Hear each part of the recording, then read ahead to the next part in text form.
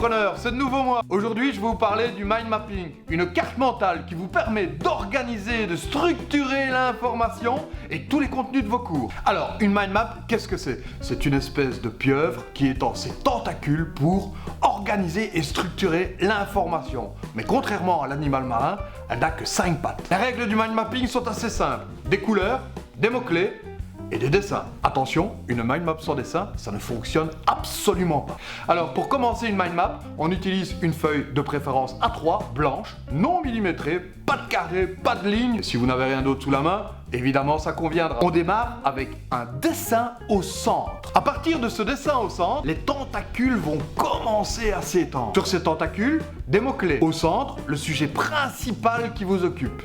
Mais passons tout de suite à la pratique.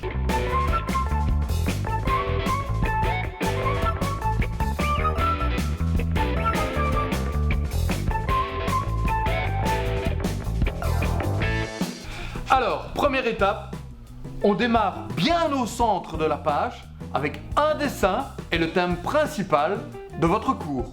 Ici, pour l'exemple, nous avons pris le cours de maths. Alors, deuxième étape, on va commencer à étendre les pattes de la bête, ses tentacules. Ces pattes seront au nombre de 5 maximum, je vous le rappelle. Alors, premier travail, c'est vous demander si vous avez plus de 5 chapitres dans votre cours, comment vous allez pouvoir les regrouper, ce que vous allez donner comme nom à cette famille pour le cours de maths, algèbre et géométrie. Alors, vous remarquerez que dans sa première partie, cette tentacule est plus épaisse. Elle va contenir le sujet principal de votre cours. Le titre sera également écrit plus en gras pour pouvoir bien lire l'information et que l'information vienne frapper votre cerveau. La tentacule sera de la même couleur jusqu'au bout. Elles seront au nombre de 5 maximum. Elles pourront se diviser en 5, qui à leur tour pourront se diviser en 5, et comme cela jusqu'à l'infini si vous le décidez. Alors vous vous demandez peut-être pourquoi au nombre de 5. Votre cerveau a la faculté d'organiser, d'appréhender, de recevoir l'information par séquence de 7. Pour les débutants, on commence par 5, ça sera plus facile. Quand vous deviendrez expert en mind mapping, vous pourrez passer à 7, et pour les plus doués, pourquoi pas 9. Vous allez également choisir un sens dans lequel tourner, horlogique ou anti-horlogique, selon vos préférences. Vous allez également conserver l'horizontalité. Si une de vos tentacules part vers la verticalité, ramenez-la à l'horizontale. Pourquoi ?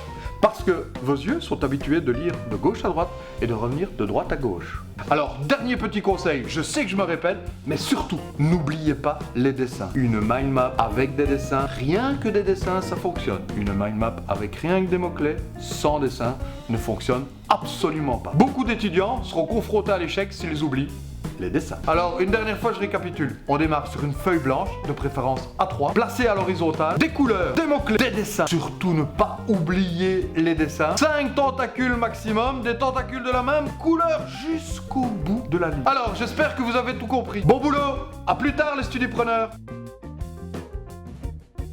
Alors, pourquoi 5 maximum, vous me direz?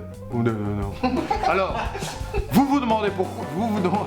Arrêtez, vous n'en avez pas, utilisez de la 4 ou du papier plus mieux.